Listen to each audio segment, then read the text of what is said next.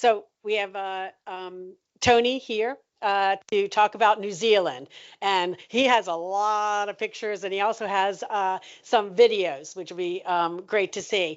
And so Tony came to NASA in 1979, working in aeroelasticity, and he also worked on TDT. And did research in that, and he came up with a method, and I'm going to read this one. A method that computed the largest gust loads in aircraft structures obtainable from standard atmospheric turbulence. And so, with all of that research, he was recruited by NASA to help with 4 mishap investigations. So, definitely helped out when we had here problems at NASA. One of the things that Tony loves to do during the day is he takes care of over 100 azalea, rhododendrons, camellias, and hydrangeas that are in his yard.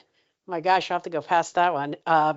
And loves to walk and jog and go to the YMCA. And then he's also involved in tornado modeling. So definitely a wide group. And then at the end, he said that he also kind of dabbles a little bit on studying investments and financial strategy. So I think he's all over the place, all different things, all different things. So with that, he also has incorporated travel into his after Langley life. So with that, New Zealand, let's hear it. This is my New Zealand tour, and we went to New Zealand with my son and myself. It was a long flight. It was 16 hours to get over there, and um, I'll tell you this much: what Ray is saying is that if you go on a long flight like that, try to get um, grade upgrade on it like a business class, because it is torturous. But it was comfortable. It wasn't too bad. Anyway, when we got there, this is the tour that a tour company. It's New Zealand Coach Tours is a company that I use to set up the tour, and this is the tour. If you, I don't know if I can use a pointer on this thing. So, okay, it's coming up over there on the screen. Okay, yeah. So what we did, we landed in Auckland in north, and then we flew over to Christchurch over here, and that's where we started our tour. That's in the South Island. That's the South Island, and then we this is an outline of the tour. Basically, on the first part of the tour, we went from the East Coast to the West Coast with a train and then the rest of the tour was by buses and by drivers. So what they just I'll talk about that later, but basically I didn't have to drive at all, and I feel a little bit different in terms of my neighbors. About three of my neighbors went to New Zealand. They all picked to drive a vehicle over there, but it's on the wrong side of the road, unfortunately. So I didn't. My son and I didn't want to do that. So anyway, took the bus route. Anyway, so this what they did is after we landed, the plane went west coast all the way down to the south part of New Zealand, and then it came up to Christchurch. I thought it was a little bit strange, but then I figured that they have a circuit from Christchurch. They would fly directly up to Auckland, so that I think that was the idea. Um, So this is where we landed in Christchurch. It was a pretty um, ordinary landing, except one thing I should say is that we when we got there, it was one of the hottest days that they had over there. It went up to 88 degrees. So when we went to the hotel, my son was, want to take a rest after a long trip, and it was hot in the room. And it turns out that in New Zealand, it's generally stays pretty cool, and so they don't have air conditioners in the room. In fact, none of the hotels, my understanding, have air conditioners in your room.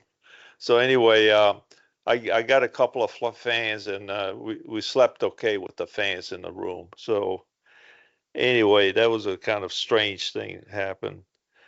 Um, so next morning, we took our train to the west coast of New Zealand, and that's the strange train station that a driver took us over there from the hotel to take the train, and then we boarded the train, and there's me sitting. It's pretty comfortable. The trains that they have over there is very comfortable, and so we, so we went to the. Oops, let me get that off of there. And unfortunately, this picture is a little bit. I wanted to take a picture on the way over there to the West Coast. Unfortunately, the window was all fogged up that early in the morning, so that's why it's a little bit hazy. Okay, and that's still on the way towards the mountain coast, and East Coast is pretty fairly flat, and they have also lakes over there, a lot of mountains and lakes, and so that's another scene over there. I mean,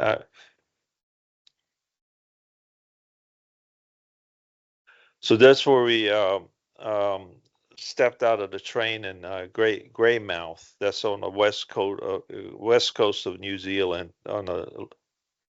And then the driver picked us up and drove us several miles, and we ended up. This some of the sceneries we've seen is waterfalls and whatnot, and then we ended up in Franz Joseph Glacier area, and this is one shot of the glacier, and then um, this is another shot of the glacier, and the little bit that you see here is all that's left of the glacier. If you want to go over there and look at glaciers in New Zealand, you better go quick because it's going fast. So that's what's left of the glacier. That was a afternoon trip to see all of that. And this is a picture of where a bus stopped, and the bus driver asked us to, we're stopping over there, and told us that there's a spring over here in the um, grass grass that you have over here in the background, and he said that you should try to drink it. So he went over there and drank the water from the spring. And so all the people over there went over there also to drink the water from the spring. I've never done that, but it was very good. Okay, so this is the first video. This is back on the West Coast on the beach, and it's just give you an idea what it looks like on the beaches over there. One thing that Anthony was complaining about, there's lots of flies that sting, so you have to be careful with that. Unfortunately, what happens with these video, so this next thing is a vat uh, where they grow salmon. They have several of these things there, and it's right next to a restaurant stop over there. And the restaurant had all kinds of salmon meals, sandwiches, steaks, smoked salmon. So it was pretty interesting to stop. And we stopped there for about a half an hour, and I think that was to try to get a breakfast there. So then we ended up in Queenstown. This is not a picture that we took. It's a picture that I had to get. Anthony, my son, took some pictures, but they were black and white, and I didn't want to show those pictures. So this is what Queenstown looks like, which is on the southern part of New Zealand. Okay, this I'm not going to show this whole video. It's pretty long, but so this video shows that the tour that we took on Malford Sound. I don't know if y'all have sound. It's a fjord that's in New Zealand.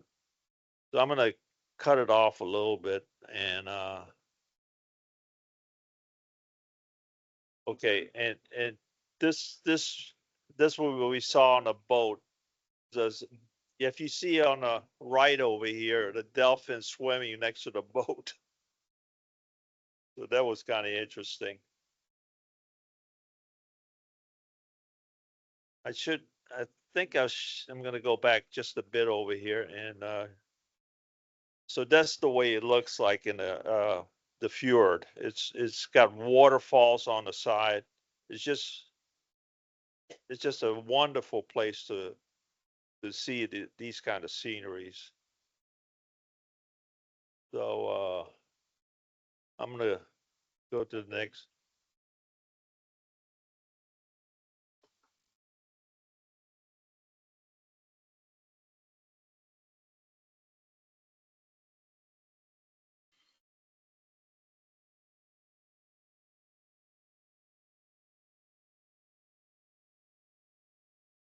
I, oh, Hit okay. escape This at is the the right. next scene. This is one of the waterfall scenes. So that was it for Melford Sound tour, part of the tour. So next we went up to Mount Cook or Aotearoa, which is the tallest mountain in New Zealand. And the only thing about this mountain is always covered with clouds, so you can never see it fully. All right. So here is the interesting thing about this mountain is this is where Edmund Hillary practiced his climb up to go up to Mount Everest in 1953. So instead of practicing on all the mountains, he came over here to practice the climb. Uh, there's a there's a hotel called the Heritage over there, and there's a um, um, there's a historical gallery of Sir Edmund Hillary on his expedition to Mount Everest. Might if you ever go there, it might be worth looking at. So around this area is also very there's not much city light that you have, and you can see the stars really well at this location.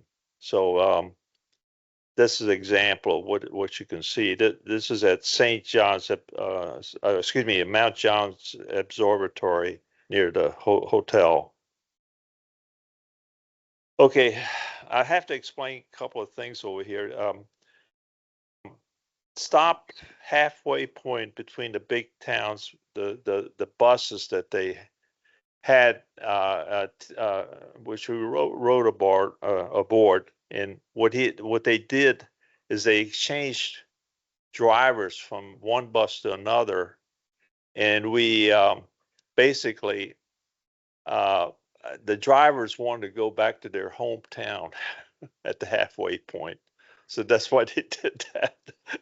So this is one of the stops that we did that at. And in one case, they actually made us take all the luggage off of one bus and put it on another on the other bus, which was going to the other way. And but this it was just kind of uh, interesting episode. And all right, that was the end of the South Island tour. Next, we went back to Christchurch, and we went essentially north on this road over here, and then we crossed the strait over here into the North Island. Well, when we went, there was actually a hurricane that was coming down into New Zealand, and it started raining, and they canceled the train tour up to Pecton, which is on the north part of the South Island. And then they also canceled um, the ferry ride that we were going to go across the strait. So what we had to do is take a bus up there, and which was okay because the bus essentially went the same route as the train. So we didn't miss out on any scenery.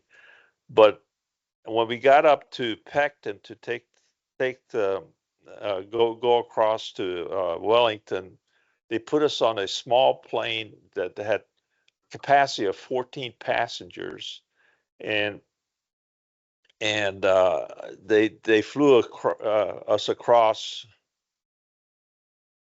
uh, to Wellington, except we flew in through a hurricane, believe it or not, which was a little bit annoying. And then when we landed, uh, my son said, "I never want to take a flight like this again." I I've taken worse flights than that, but I mean it was pretty bad. Anyway, one interesting thing that we flew across the Captain Cook Strait, which is a place where I don't know if you know anything about Captain James Cook. He had circumvented the Earth, I think three times. Yeah, three times, and each time he circumvented the Earth, he always uh, uh, stopped in New Zealand at this place, this Cook Strait, and replenished his ships at that point. So I mean, I didn't know that until after the airplane trip that was the case. So this is Wellington, and our hotel was off to the left a little bit. And this is not my picture, but a picture that I took off the internet. I didn't have any pictures. And then in Wellington, we went to the Wat Wita workshop, which was an all-day tour. We couldn't take any pictures there inside the workshop, so again I took the liberty of getting a picture off the internet, and that's what they do is they make props for the movies that like Lord of the Rings and all of those movies, and they make the props at this place. It is a huge place. It encompasses two huge buildings, about uh, I think it was two city blocks that they took, and we toured this whole place one day, and that was very interesting. Basically, it was for my son's sake that I included that tour.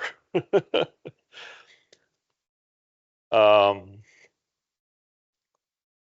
So next we went to Rotandro, and this is what you see there. This is steam bubbling out of the earth, basically, and it's just wild to see all of this. Right there we go. All right, next we went to this uh, geyser. And this was in the same park that we were that you saw the video in, and this is the Lady Knox geyser, and this is a show actually. So what they did is they talked about the geyser, how they found it, and what what the explorers did when they found it. And then at the near the end of the hour that they talked about it, they actually uh, put all kinds of clothes into the top of the geyser. This this is the actual video of the so that's the so if you see the smoke coming out of it, they put in that little hole in there all kinds of clothes and all everything, and then that's how they got the geyser to erupt. They put this all this stuff in there, and then you heard this big gurgling noise, and then all this stuff shot out with the water coming out of there. I don't know. It was interesting. It was an interesting show.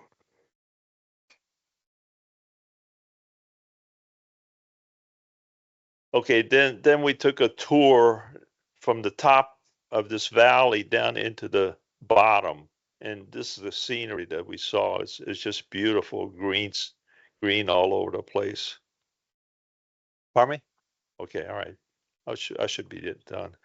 Okay, now we went to Hobbiton, and this village was set up for as a movie set originally, and it's a Mata village is the name of the village, and that's my son over there to the left of the sign. So these are what they call hobbit holes. So we saw all of this, and it was pretty interesting. They had a little tour on it, and there's my son in one of the hobbit holes, and one other interesting thing it was a tree.